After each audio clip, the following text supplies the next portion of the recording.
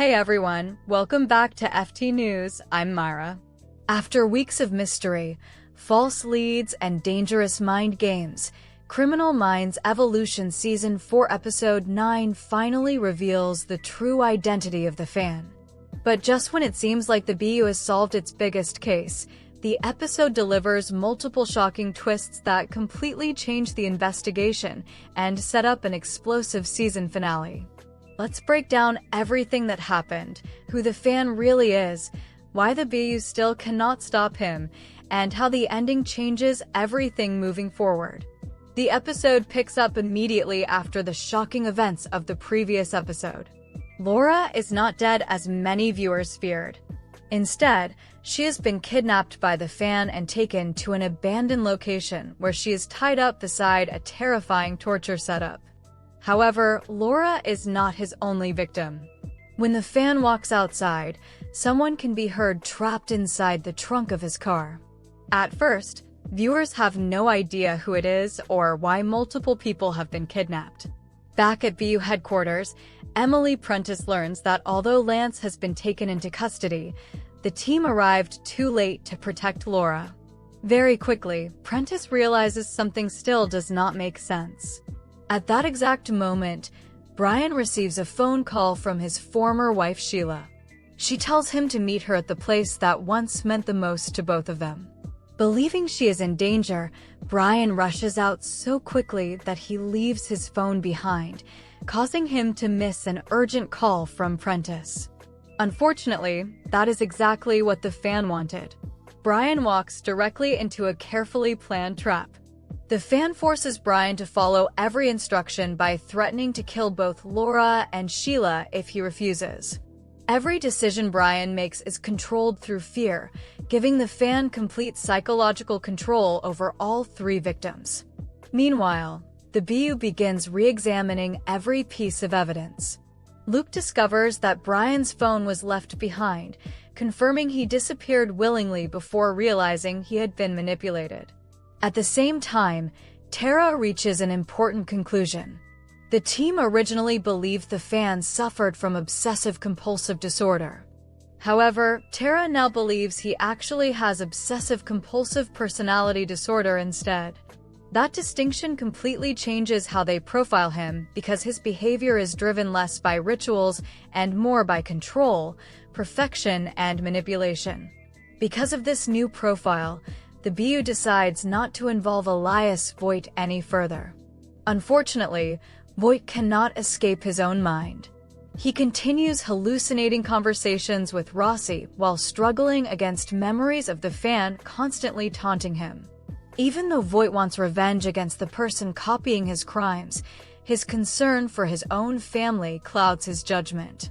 As the investigation continues, JJ, Tyler, and Penelope begin narrowing down possible suspects. One unusual clue catches their attention. JJ notices that the fan appears to avoid leather, leading the team toward someone connected to specially bound books rather than traditional leather products. That clue points them toward a criminology author and university lecturer. His name is James Crowley. This becomes the biggest reveal of the episode. Penelope uncovers James's real identity and quickly connects him to Victoria's College, where he had recently lectured. She also discovers that several of his books were specially bound using stingray leather, matching evidence collected from previous murder scenes. The BU finally believes they have found the fan. They immediately move in to arrest James. However, James has already planned for that possibility. Before his arrest, he sedates Laura and forces Brian to trade places with Sheila.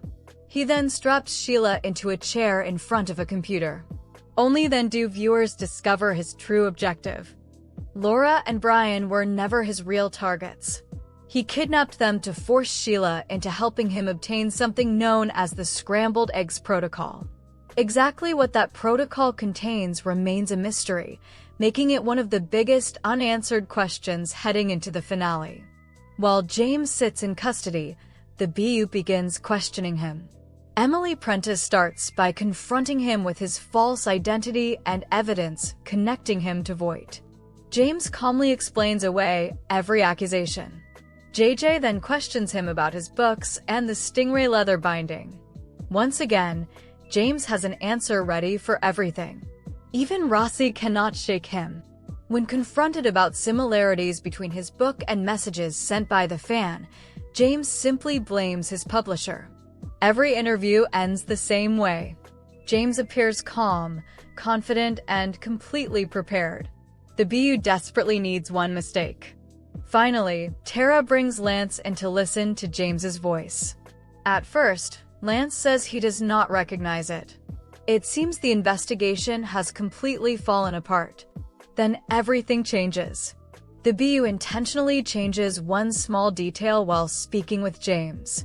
Without realizing it, James instinctively corrects the wording by repeating the fan's signature phrase exactly the way only the real killer would know.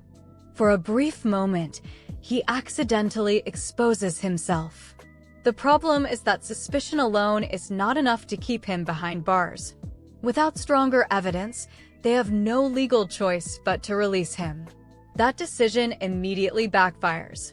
James escapes surveillance, sabotages Rossi's vehicle, and continues executing his master plan. He even tricks the BU with another cruel distraction. He sends them Laura's phone location, making them believe they are about to rescue her. Instead, the phone explodes after Lance approaches it, proving once again that James is always several moves ahead of everyone else. While all this is happening, Brian and Sheila remain trapped together. As they wait for what may be their final moments, long-buried emotions finally surface. Brian apologizes for everything that happened during their marriage. Sheila admits years of therapy helped her finally move on, but she also begins remembering the happier moments they once shared. Their emotional conversation becomes one of the most personal scenes in the episode because it reminds viewers that, even in the middle of horrific crimes, these characters are still dealing with very human relationships. Eventually, Prentice realizes James made one critical mistake. He did not kidnap Sheila because she was his primary target. He kidnapped her because of her emotional connection to Brian. That realization helps the BU predict where James has taken them.